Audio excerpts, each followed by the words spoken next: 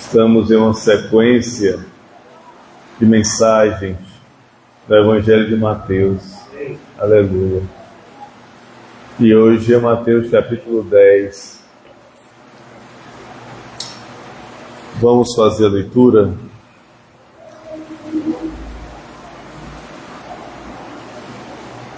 Vamos ler do verso 1 ao verso 4, Mateus 10.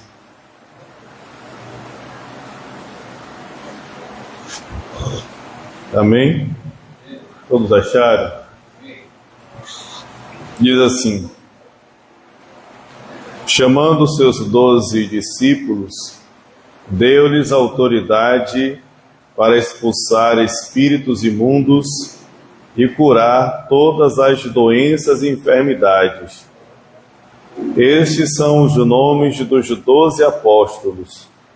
Primeiro, Simão, chamado Pedro, e André, seu irmão, Tiago, filho de Zebedeu, e João, seu irmão, Filipe e Bartolomeu, Tomé e Mateus, o publicano, Tiago, filho de Alfeu e Tadeu, Simão o Zelote e Judas Iscariotes, que o traiu. Amém? Vamos orar. Pai, obrigado, Senhor, pela leitura da Tua santa palavra. Peço encarecidamente que Teu Santo Espírito ilumine a minha mente para que eu fale da Sua palavra com sabedoria e que todos que estão aqui possam compreender a mensagem, receber graça e força espiritual. Deus, estende as Tuas mãos, Senhor, e age grandiosamente. Nós dependemos de Ti, ó Pai. Te oramos em nome de Jesus. Amém. Amém. Meus irmãos, estamos nessa sequência de mensagens do Evangelho de Mateus. E nessa parte agora, que é a segunda parte, segundo bloco de mensagens, que vai do capítulo 5, do capítulo 8, até o capítulo 23, onde fala sobre a manifestação das obras de Cristo, o seu poder e o seu exemplo, demonstrando a realidade do reino de Deus, pois Jesus veio trazer o reino de Deus, e ele mostra essas evidências, pois ele, e somente ele, é o Cristo de Deus. Esse capítulo 10 é um capítulo interessante. Nós vimos no capítulo 8 e no capítulo 9, Jesus andando, iniciando o ministério e curando, libertando pessoas, trazendo salvação a muitos, e as multidões o cercavam. E os discípulos foram sendo chamados e vendo o exemplo de Jesus, ele estabelecendo o reino de Deus. E agora no capítulo 10, Jesus coloca-os na prática. É o primeiro momento dos discípulos na prática, de experimentar essa ação da obra de Deus, essa ação do reino de Deus. Então Jesus, já instruindo-os em alguns momentos, algum período, e faz com que eles já entrem na prática de ir ao campo, de estabelecer o reino de Deus e proclamar o Evangelho às pessoas. Então, isso é muito fundamental. Esse capítulo 10 vai trabalhar desse envio que o Senhor Jesus fez aos seus discípulos. E é isso que nós vamos ver e entender o despertamento para nós hoje. O despertamento que nós precisamos ter como igreja, como filhos de Deus, como discípulos do Senhor Jesus. Por isso, nessa noite, nós falaremos sobre o tema: os agentes do reino de Deus. Agentes do reino de Deus. Na mensagem do capítulo 9, nós vimos sobre o reino de Deus no campo. Jesus agindo e estabelecendo o reino de Deus. E é isso que nós temos que compreender. Quando o reino de Deus é estabelecido, as trevas são dissipadas. O poder do inferno é neutralizado. A obra de Satanás é destruída. Por isso Jesus veio trazer o reino de Deus e mostrar isso na prática. E os discípulos precisavam desfrutar desta obra do reino de Deus.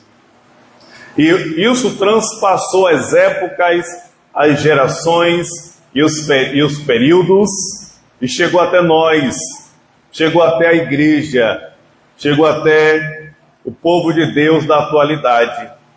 E nós precisamos entender claramente esta obra maravilhosa que o Senhor estabeleceu para nós e desfrutarmos dessa bênção gloriosa e entendermos que nós temos uma missão. Nós temos uma missão, e é uma missão extraordinária. Amém? Glória a Deus. Nós vamos ver alguns pontos aqui em todo esse capítulo 10, e eu creio que o tempo vai dar, em nome de Jesus. Nós vamos ver isso, mas entendamos, meu querido pastor Carlos Calabouço, que em toda a história bíblica, Deus levantou agentes para estabelecer o seu reino. Agente é aquele que tem uma missão, que vai ao campo, que desbrava, que cumpre as ordenanças. Nosso querido e amado pastor Carlos viveu aí uma jornada como carteiro. Ele era um agente, ia nas portas, ia nas casas, atravessava, foi perseguido algumas vezes. Mas veja as dificuldades para ir ao campo. E isso é uma realidade quando nós transportamos para o reino de Deus, para a realidade espiritual. Nós também fomos convocados para irmos ao campo, estabelecermos o reino de Deus. Aleluia, glória a Deus. Isso é muito importante. Deus, em toda a história bíblica, levantou os seus agentes para estabelecer o seu reino. Numa época de densas trevas, Gênesis capítulo 6, onde toda a corrupção tomou conta da humanidade, Deus levantou um agente, Noé, aleluia, um homem justo, um homem temente a Deus. Deus o levantou para estabelecer o reino dele na terra. E assim Deus fez através de Noé, construiu a arca. Aleluia! O reino de Deus, entenda, é o local seguro, é o local de paz, é o local de salvação. Quem entra no reino de Deus está salvo. Noé construiu a arca. Quem entrasse na arca estava salvo. Não morreria, não seria destruído. Deus fez isso através da vida de Noé. Deus levantou também Abraão na época, Gênesis 12, que foi um agente de Deus para desbravar a terra, onde futuramente sua descendência herdaria a terra que emana leite e mel. E assim foi. Deus levantou José como grande agente para estabelecer o reino de Deus, aleluia, a ponto do faraó dizer, Gênesis 39, verso 2, este homem anda com Deus, Deus está com ele, por isso essas maravilhas, por isso essa prosperidade. Então nós vemos claramente esta obra, e não só isso, mas Deus levantou Moisés para ir ao Egito com um pedaço de pau na mão, libertar uma multidão da escravidão. Você entende, irmãos? Um agente faz a diferença para uma multidão. Aleluia! E passou-se a história, e tantas épocas, Deus sempre teve os seus agentes. E a igreja é levantada como essa agência. onde existem aqueles que foram chamados para estabelecer o reino de Deus. Deus chamou a sua igreja. Essa é a nossa época, esse é o nosso momento. Em Atos capítulo 1, versículo 8, é claro Jesus dizer: vocês vão receber poder ao descer sobre vós o Espírito Santo, e serão minhas testemunhas, Jerusalém, Judéia, Samaria, até os confins da terra. E em Mateus 28, 18 a 20, ele nos convoca para levantarmos discípulos. Então, essa clara realidade de Deus, levantar agentes, essa é a missão da igreja. No capítulo 10, nós vemos Jesus chamar 12.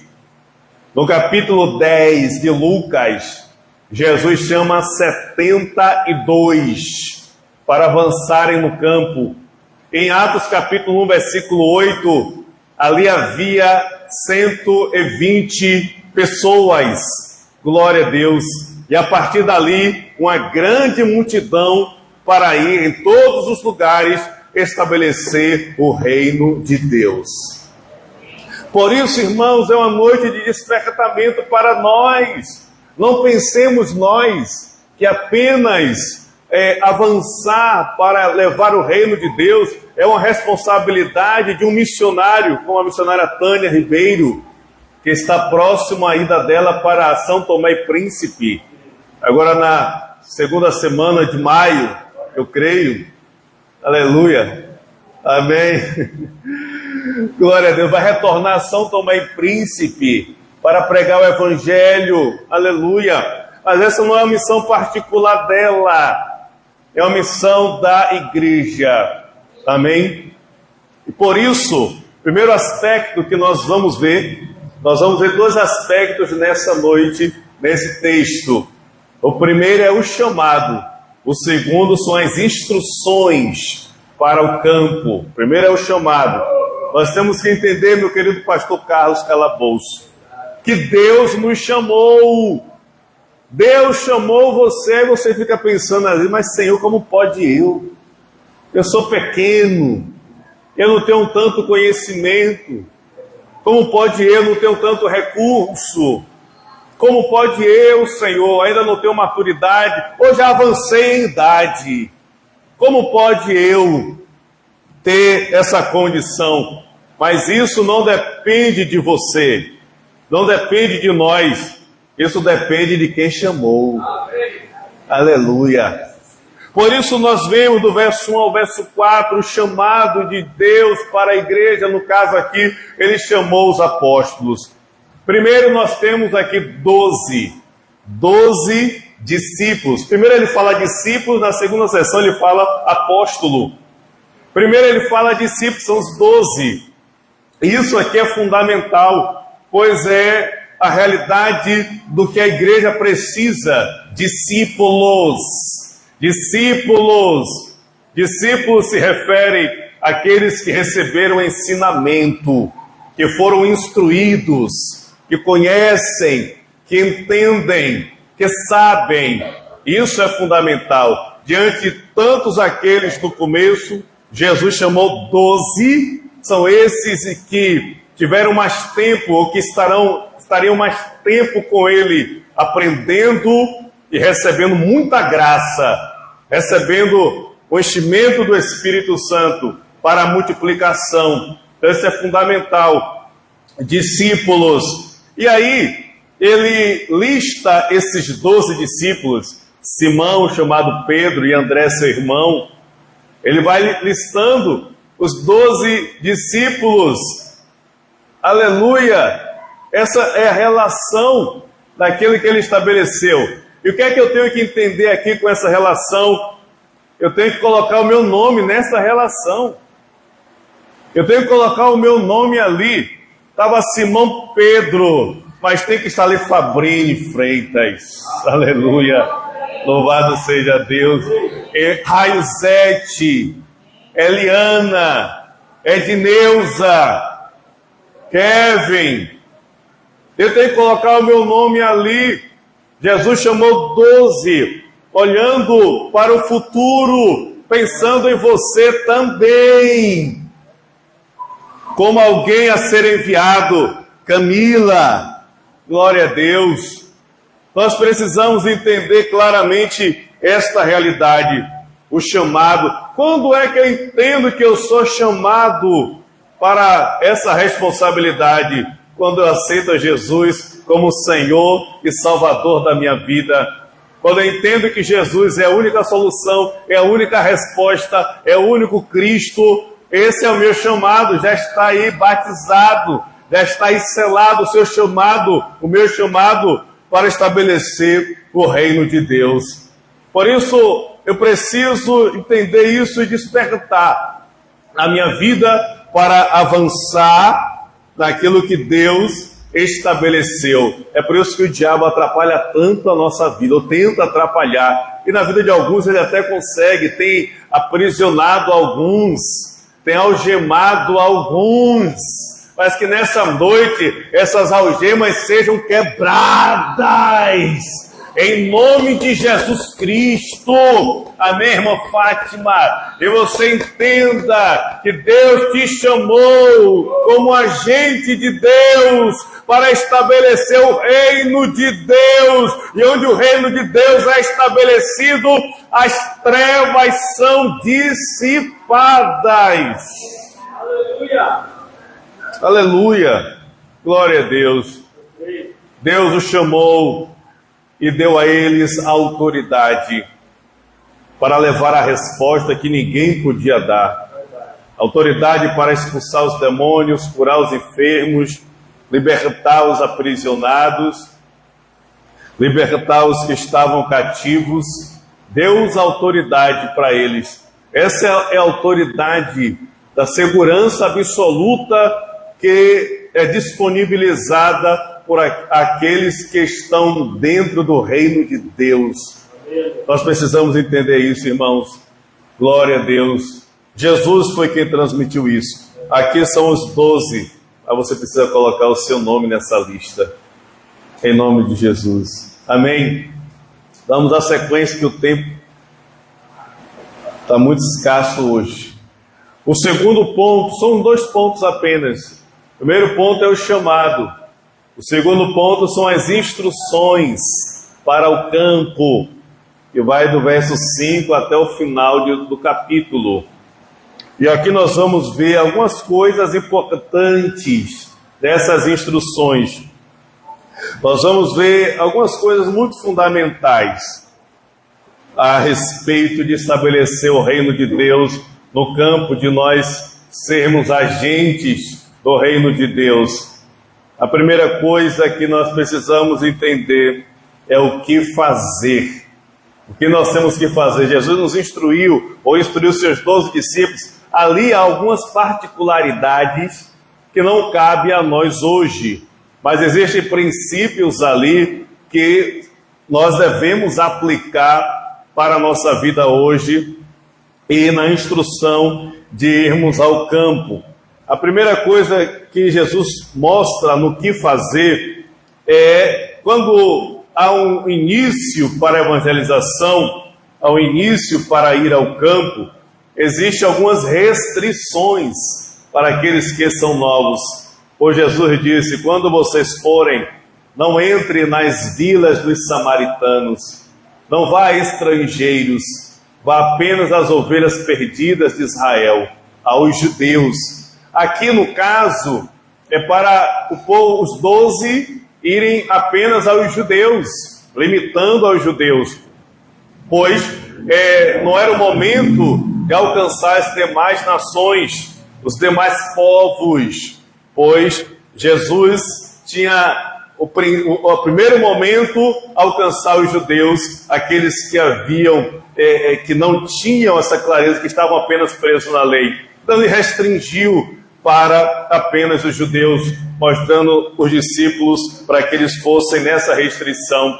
E futuramente abriu-se o leque para ir a todas as nações. Mas aqui é algo muito importante em que nós precisamos entender, pois no início da caminhada para a evangelização ou ao campo, é preciso ter algumas restrições também, enquanto a pessoa ainda é imatura, ainda é nova, para não ter algumas circunstâncias e acabar perdendo ou tendo a fé abalada ou minada por algumas questões difíceis, por ainda não ter maturidade. Então, essa é a realidade da restrição.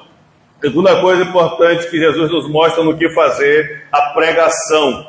Ele nos diz aqui claramente, no versículo de número 6, ele diz assim: antes dirijam-se às ovelhas perdidas de Israel. Verso 7, por onde forem, preguem esta mensagem: o reino de Deus está próximo. O reino de Deus está próximo. Esta é a mensagem clara. E esta mensagem é a resposta que as pessoas precisam naquela época e ainda hoje. Preguem que o reino de Deus está próximo.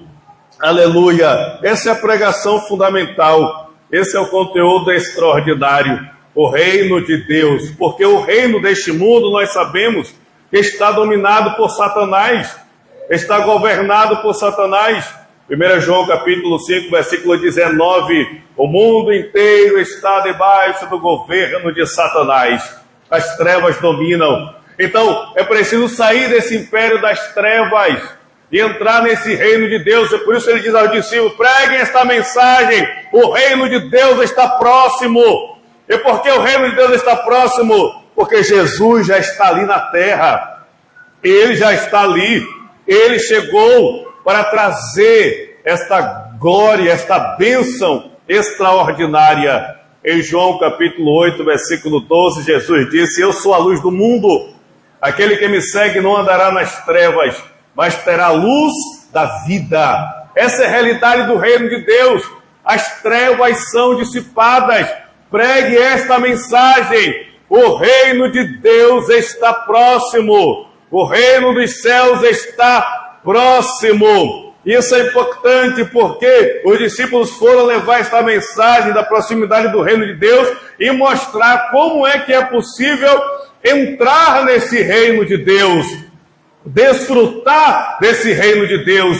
E essa possibilidade está em somente Jesus, somente Cristo, somente nele. E ainda assim, desfrutando desta bênção, o que eu tenho que fazer? Pregar somente o reino de Deus. O que eu tenho que fazer? Exercer a autoridade do reino de Deus.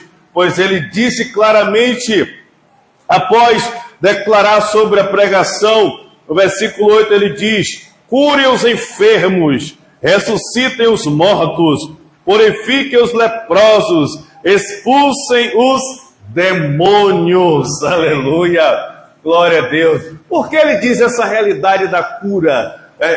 Toda essa ação, libertação, cura, ressuscite os mortos, faça todo... Porque essa é a realidade do rei. Ele está prefigurando. Quando a gente lê Gênesis, e aqueles que estão no discipulado, fazendo todo o sistema do discipulado, sabem claramente. Em Gênesis capítulo 1, versículo 26, versículo 27, versículo 28, nós vemos sobre a bênção do reino de Deus, onde Deus fez o homem para estar junto com ele, e ali é a clara realidade. Acabou o culto, pode falar uma coisa com você? Depois, sim.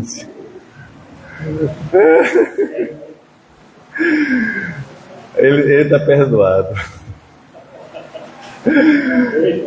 Aleluia. Amém. Então, quando Deus fez o homem, não havia nada de ruim, não havia doença, não havia morte, não havia problema em Gênesis, não havia nada. Adão estava junto com Deus. Essa é a bênção do reino de Deus. É o homem estar junto com Deus. E nesse princípio não havia nada de ruim.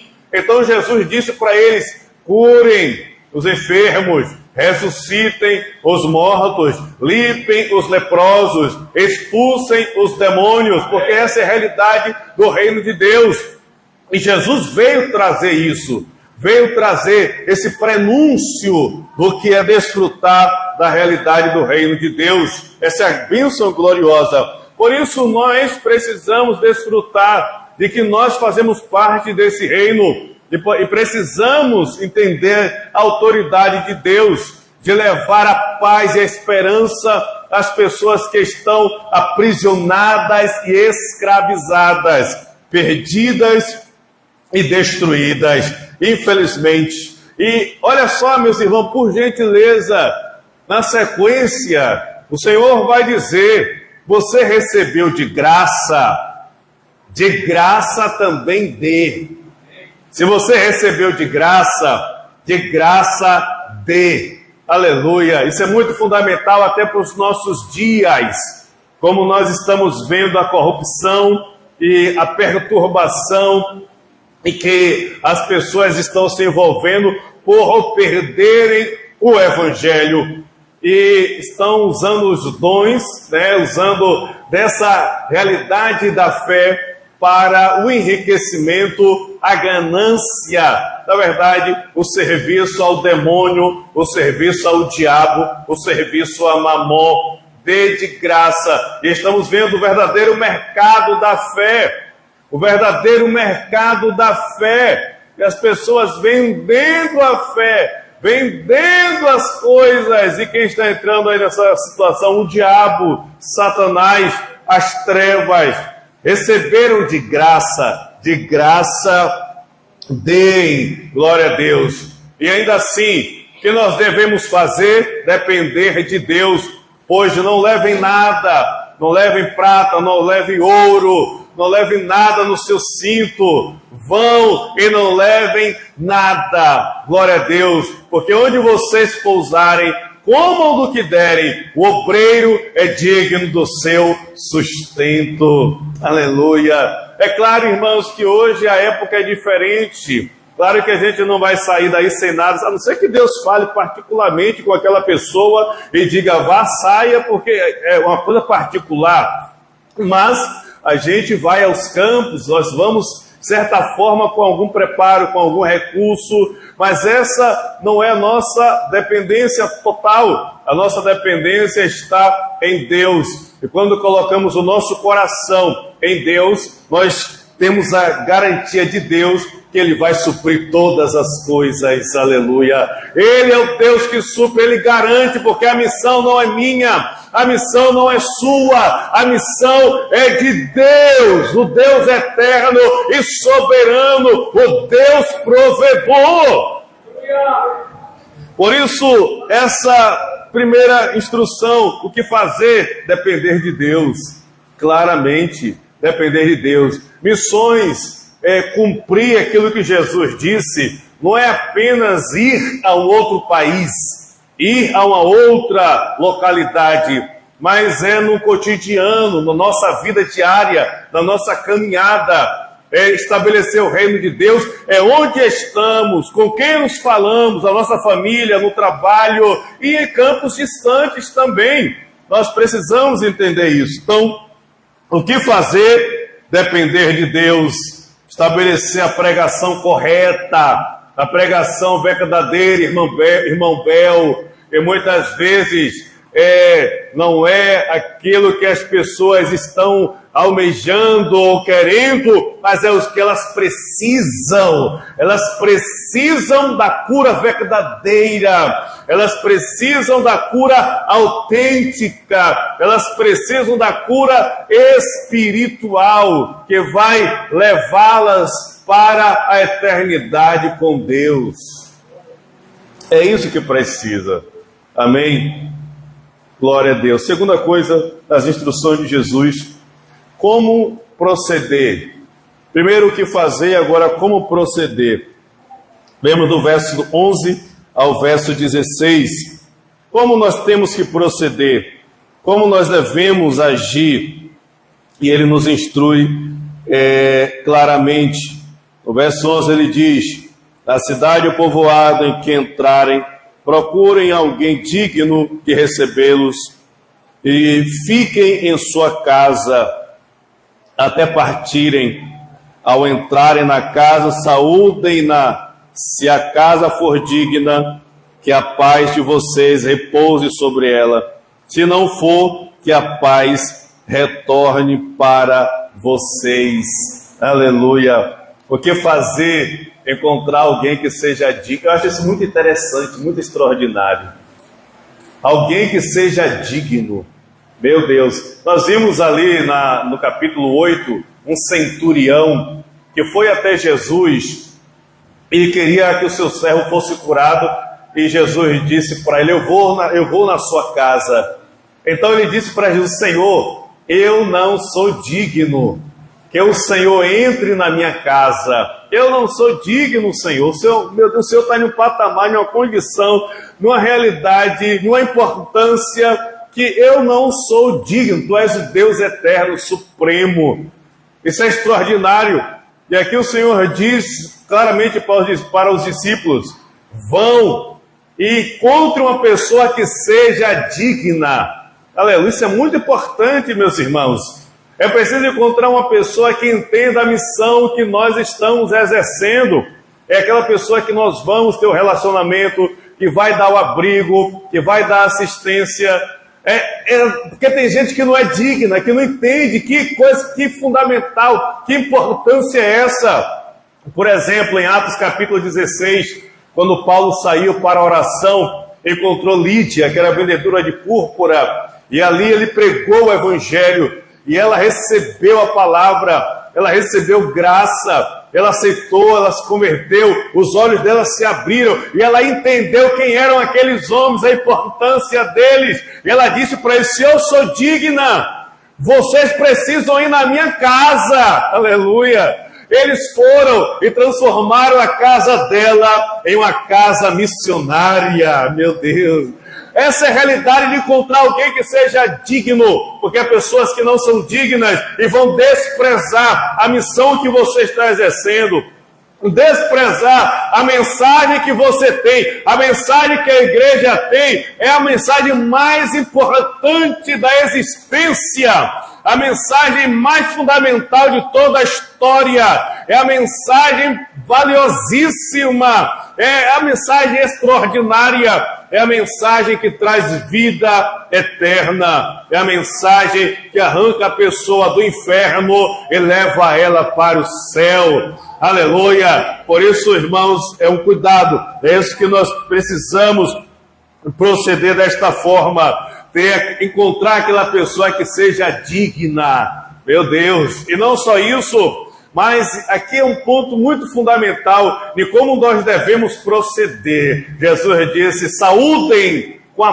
paz. Se a casa for digna, a paz vai repousar ali. Se não for digna, a paz vai voltar para você. Aleluia! Isso é extraordinário, irmãos. Você entende o que é a paz, o que Jesus está dizendo? Você compreende essa realidade da paz que está na vida do servo de Deus? Por isso a importância de desfrutar do reino de Deus, a bênção do reino de Deus. E, irmãos, isso é muito importante. As coisas que acontecem, as tribulações, o sistema, problema, diversidade, são lutas, e pessoas que vêm à igreja, mas a vida é uma vida atribulada, é uma perturbação, não tem segurança, é um desespero, é uma aflição, meu Deus, só falta arrancar os cabelos, porque não tem segurança, não tem paz. Não tem paz, irmãos, isso é grave. Jesus está dizendo: dê a paz. Se a casa for digna, a paz vai repousar ali. Se ela não for, a paz volta para você. E há pessoas que estão vivendo sem paz. Isso é o reino de Deus. Você tem que entender, você tem que compreender, isso é entendimento, irmãos. É por isso que Jesus disse: conhecereis a verdade, e a verdade vos libertará. É entender, a paz não é uma circunstância, meu querido pastor Calabouço, não é uma circunstância, a paz é uma pessoa, aleluia. A paz é uma pessoa. Se essa pessoa está com você, a paz é real e é verdadeira. E onde você chega, você declara paz nesse lugar. Se ela for digna, vai reinar paz. Se não for, você continua com a paz, porque a paz continua com você. Aleluia! Essa é a bênção do reino de Deus. É nisso que nós devemos proceder. Essa é realidade que nós devemos viver e caminhar. Essa é segurança. E não só isso, mas o que temos que fazer, como proceder. Irmãos, Jesus disse: se ninguém aceitar a mensagem, sacuda os pés e a poeira deixe lá. Porque eu digo a vocês que no dia do juízo haverá menos rigor para Sodoma e Gomorra do que para esta cidade ou para esta pessoa. Nós temos que entender que estamos levando é preciosíssimo. Não temos que ficar bajulando, barganhando nada disso. Nós temos que ministrar o Evangelho, ministrar a palavra, ministrar o reino de Deus. Se a pessoa for digna, ela receber, aleluia. Se ela não receber, nós não temos que ficar adulando nada disso. Nós temos que partir para outro campo, partir para outra região, partir para outra pessoa. É partir da nossa jornada com confiança e segurança naquilo que Deus estabeleceu para nós, naquilo que Deus estabeleceu para a igreja. Por isso, meus irmãos, nós temos que proceder de forma bem clara naquilo que o Senhor estabeleceu. Ele diz na sequência: seja simples como as pombas, mas prudente como a serpente. Meu Deus, aleluia! Seja simples como a pomba, mas seja prudente como a serpente. Isso é tremendo, irmãos. É nisso que nós devemos proceder. Não sermos aí bestinhas e ficarmos, coitadinhos, ou não, tudo é bom, tudo é... Não, negativo. Seja simples como a pomba, mas prudente como a serpente. Olha como a serpente fica atenta ali, se alguém chegar perto, ela já prepara o bote, olha aí, temos que ter essa segurança, o alerta, o aviso. Uma vez, quando eu era bem pequeno, acho que era adolescente, vamos correr por causa do tempo, mas eu era adolescente, teve um evento, sempre tem um evento no quartel, e meu pai sempre chamava, levava a gente, né, criança, e aí ele levava a gente. Aí teve evento, eu fui. Aí foi a gente. O que acontece é o seguinte: eu estava lá, tomando Guaraná, não sei o quê. De repente eu fiquei apertado para ir no banheiro. Só que eu não achava o banheiro ali. Aí eu vi uma casa assim, abandonada, alguma coisa assim. Tudo escuro lá dentro. Eu disse: vou entrar aqui e vou me aliviar aqui dentro. Rapaz, quando eu entro pela porta, eu vejo um chocalho. Eu entrei um pouquinho mais, o negócio aumentando. Eu disse: rapaz, o negócio aí tá estranho. Isso é um alerta, viu? Deixa eu ir embora. Foi sério. Eu vi aquele chocalho assim antes. Ou seja, se você entrar aqui, você vai sobrar, viu? Não vem não, viu? Alerta. Eu dei minha volta, caí fora, meu amigo. Caí fora. Porque você tem que ser prudente como a serpente. Ficar atento, não vem não, alerta, viu? E simples como a pomba. Ter a compreensão de lidar com as pessoas, de compreender as pessoas. Então essa é a realidade. Como fazer? São as instruções para o campo, para a missão. Ok? Essa é a realidade. O que temos que fazer ainda? Qual instrução o Senhor nos dá? Ele nos mostra o cuidado que temos que ter, o cuidado que precisamos ter.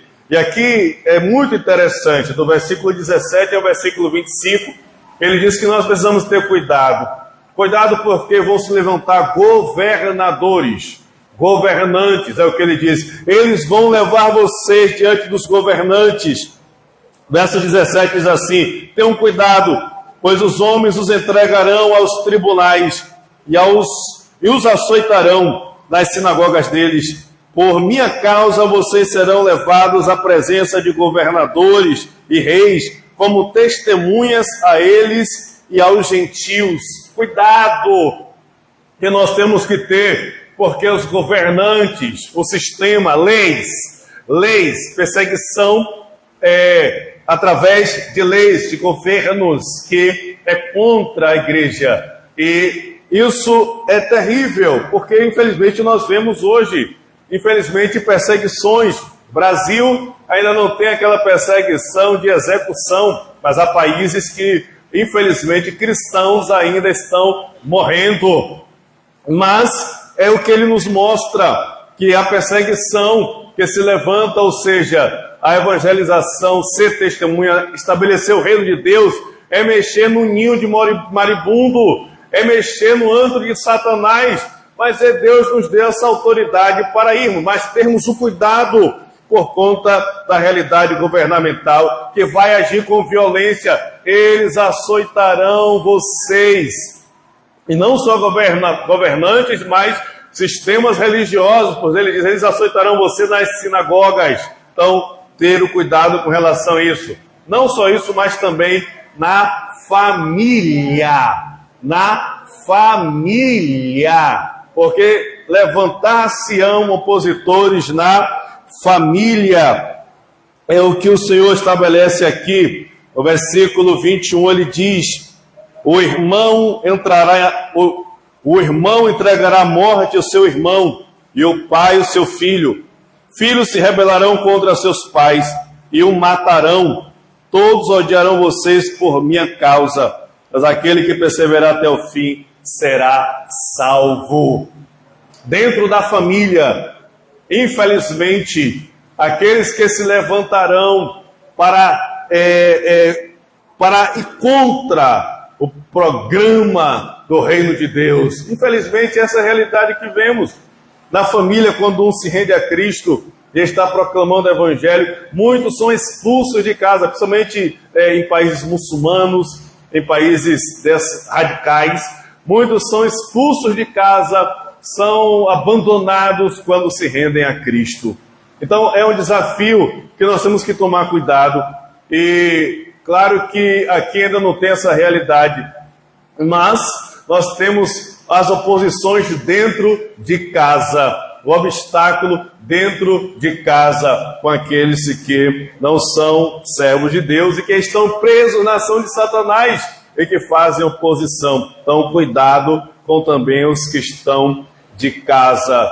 Por isso, nós precisamos entender esta instrução do Senhor para, com a realidade, a perseguição, ok? E o exemplo é Cristo. Ele é o exemplo do que as coisas estão agindo contra para a destruição, pois ele nos mostra, no versículo 24 ele diz, o discípulo não está acima do seu mestre, nem o servo acima do seu senhor. Basta o discípulo ser como seu mestre e o servo como seu senhor. Se o dono da casa for chamado Beelzebu, quanto mais os membros da sua família. Se o chefe da casa for chamado de Beelzebu, Jesus é o chefe da casa, quanto mais os membros da sua família. Essa é a realidade da hostilidade do sistema. Jesus é o exemplo que o sistema fez com ele. Esse é demônio, esse é o Beelzebu, ele é o herege, ele é o Satanás. E o que foi que fizeram com ele? Levaram ele à morte, à cruz. Se fizeram isso com Jesus, imagine o que vão fazer com os membros da sua família. Por isso, o alerta para a igreja, a perseguição real. Estamos em tempos críticos, tempos difíceis, tempos trabalhosos, tempos terríveis. O sistema e a ação de Satanás têm atuado para a destruição. Mas essa é a instrução que o Senhor nos dá, que o Senhor nos fala, que o Senhor mostra para nós. E já chegando quase no final, a quarta realidade é a confiança. Apesar de ter toda essa obstrução, apesar de ter toda essa realidade da perseguição e de tantas coisas, nós precisamos confiar em Deus. Verso 26 ao verso 31. Aplique a confiança em Deus. E aqui o Senhor mostra algo muito importante, muito extraordinário sobre em termos da confiança em Deus, em termos da confiança no Senhor. Ele começa dizendo no verso 26 assim: portanto, não tenham medo, proclamem o Evangelho. Aquilo que eu digo à escura, fale às claras.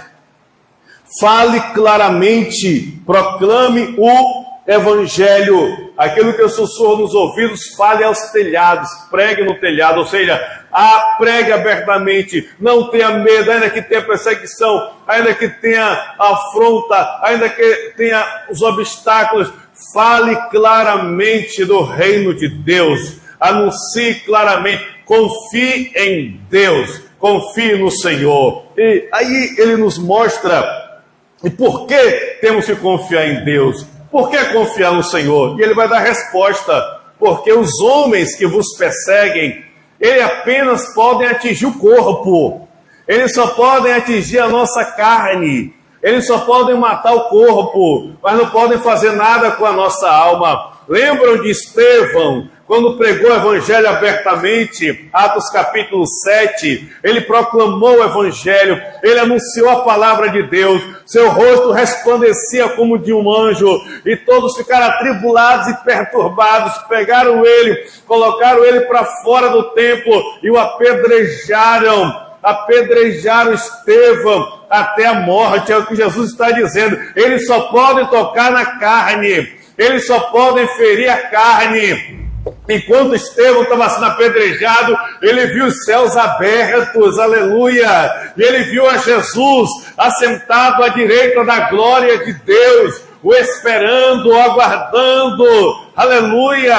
Só podem tocar na carne. Não tenhamos, eu sei que é difícil, irmão, não é fácil, mas não tenhamos medo. A carne é perecível, é isso que eles podem tocar, mas a nossa alma, nossa vida está guardada, está segura em Deus. É por isso que Deus diz, pastor Calabouço, temam antes a Deus, que pode pegar o corpo e a alma e lançar no inferno. Temam antes a Deus. O homem só tem o poder de ver a matéria, mas Deus tem o poder de lançar o corpo e a alma no inferno. Não temas, tenha segurança, tenha confiança em Deus, porque ele diz na sequência: tudo está no controle de Deus, nada foge ao controle de Deus. E ele diz: todos os cabelos da sua cabeça, irmão Fabrini, todos eles estão contados, todos eles estão contados, tudo está no controle de Deus. Deus tem o controle de todas as coisas. Tudo é governado por Deus, Ele guia todas as coisas. A sua vida em Deus, em Cristo, não é aleatória, mas é o controle de Deus, é guiada por Deus. Por isso, confie em Deus, confie no Senhor, confie no Rei dos Reis, confie no Deus soberano, porque Ele já traçou tudo, já estabeleceu tudo, já colocou tudo, já fez tudo, porque Ele não pode ser surpreendido por nada. Deus está no controle, Deus governa todas as coisas, Ele é soberano. Confie em Deus, pregue o Evangelho, pregue o reino de Deus. Aleluia! Tudo está no controle de Deus. Amém? Aleluia! Glória a Deus. E para concluir, meus irmãos, para concluir, as instruções do Senhor, a última instrução que Ele nos dá aos seus discípulos e que transporta até nós, vai do verso 32 ao 42. O preço do discipulado, o preço de ser um discípulo, o preço de ser um discípulo de Cristo. O preço de ser o discípulo de Cristo. Primeiro, não negá-lo em hipótese alguma. É o preço do discipulado. Não negá-lo em hipótese alguma. Manter-se firme, manter-se firme. No versículo 32 ele diz: quem, pois, me confessa diante dos homens, eu confessarei diante do meu Pai que está nos céus. Mas aquele que me negar diante dos homens, eu negarei diante do meu Pai que está nos céus. É o preço do discipulado. Manter-se firme até o fim.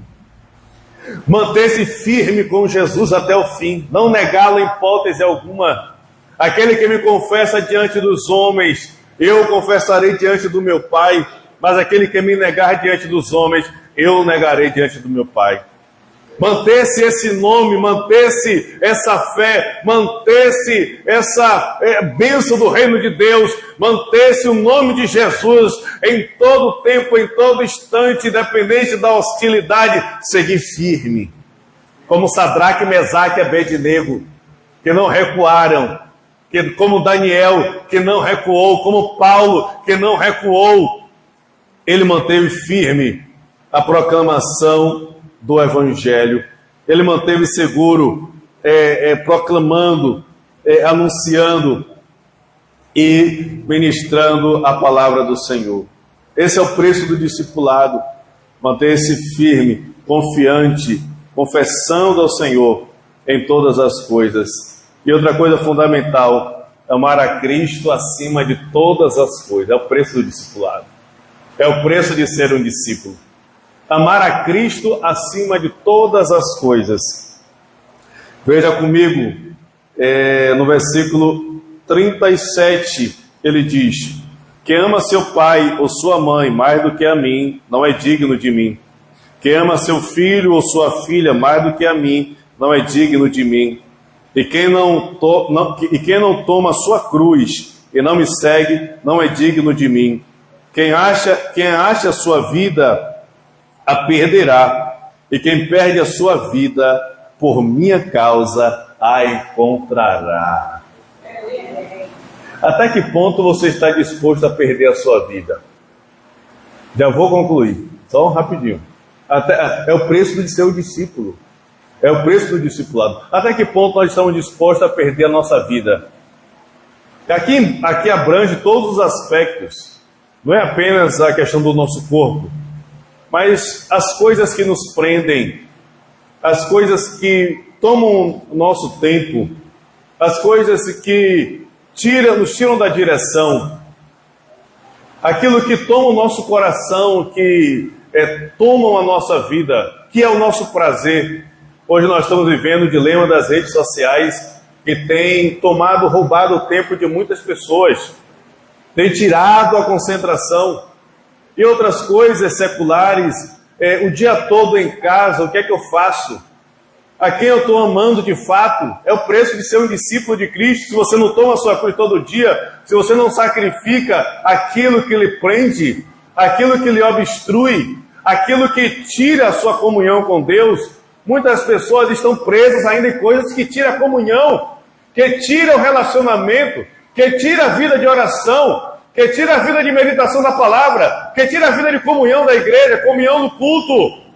As pessoas estão presas ainda não entenderam que precisam carregar a cruz, ainda não entenderam que precisam amar a Deus acima até do pai, da mãe, do irmão, da esposa, do filho e até da sua própria vida. Quem achar a sua vida, a perderá. E muitas pessoas estão achando a sua vida neste mundo, estão achando a sua vida nesse sistema podre, miserável e perverso, e estão se envolvendo com o que o sistema apresenta, com as oportunidades e as ofertas que o sistema apresenta. Estão achando a sua vida nesse sistema, e o Senhor diz: você a perderá, você será destruído, mas aquele que perde a sua vida aqui, ele achará a vida gloriosa e extraordinária, maravilhosa e superior. Essa é a vida do reino de Deus. Essa é a vida de desfrutar o reino de Deus. Como eu posso desfrutar desse poder e autoridade para desbravar no campo, na minha família, em casa, no trabalho, onde eu for, se eu desfruto do reino de Deus? E essa vida do reino de Deus é a vida que eu morro aqui na terra, é a vida que eu carrego a minha cruz, é a vida que eu amo a Deus acima de qualquer outra coisa. Essa é a vida do reino de Deus. É o preço de ser o discípulo. Esse é o desafio, irmã Camila. Esse é o desafio. Por isso estamos vendo aí as perturbações e as pessoas indo e lotando e avançando presos nas perturbações, porque não estão dispostas a entender o que é o verdadeiro discipulado de Jesus, de ser o verdadeiro discípulo de Jesus. Se eu acho a minha vida nesse mundo, nesse sistema, eu já perdi a minha vida. Mas se eu perco a minha vida aqui, eu acho a minha vida no reino de Deus. Até que ponto você está disposto de romper com as coisas que te prendem, com as coisas que são obstáculos? Até que ponto você tem coragem de levar esse nome de Jesus, esse nome que é sobre todo nome, esse nome que todo joelho se dobrará e toda língua confessará? Até que ponto você está disposto a morrer aqui na terra para desfrutar do poder do reino de Deus e ter autoridade para falar com a sua vizinha, para falar com o seu pai, com a sua mãe, com o seu familiar? Até que ponto você está disposto a ter essa autoridade para orar pelas pessoas e não se acovardar, para repreender a ação de Satanás que escraviza muita gente? Até que ponto você está disposto a perder a sua vida aqui para desfrutar da mensagem correta de estabelecer o reino de Deus? Esse é o preço do discipulado. Meus irmãos, é sério, irmãos. Jesus mandou os 12. Jesus está mandando agora a Igreja Batista Missionária Belém. Jesus está mandando agora o pastor Carlos Calabouço.